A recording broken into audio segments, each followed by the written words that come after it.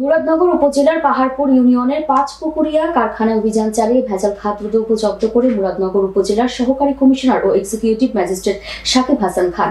এ সময় সহযোগিতায় ছিলেন বিএসটিআই কুমিল্লা এবং মুরাদনগর থানা পুলিশের একটি টিম। বিএসটিআই এর অনুমোদন ব্যতীত মেসার্স মিরাজ ফুড প্রোডাক্ট কারখানায় দীর্ঘদিন ধরে ক্ষতিকারক রং এবং নিম্নমানের পচা কাঁচামাল ব্যবহার করে জুস, সস, ট্যাং, ভিনেগার ও জেলি নোংরা পরিবেশে তৈরি করেছে। এই পরিপ্রেক্ষিতে মেসার্স মিরাজ ফুডের মালিক মোহাম্মদ রাকিবকে 1 লক্ষ টাকা অর্থদণ্ড এবং 3 মাসের কারাদণ্ড প্রদান করা হয়। আপনি কি এগুলো নিজে খেতে পারবেন? খেতে পারবেন? আপনি দিকে চলে আসুন।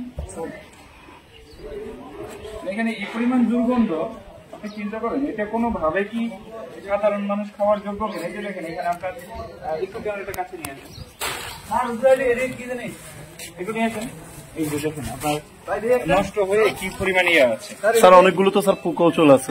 পোকা চলে আসছে। এটা কি এদিকে গেল? একটু বলেন প্লিজ।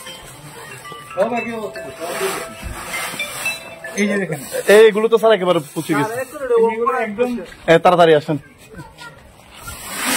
এই যে দেখেন হ্যাঁ এটা মানুষকে খাওয়া যায়। নিয়ে আসেন আর ম্যাজিস্ট্রেট স্যার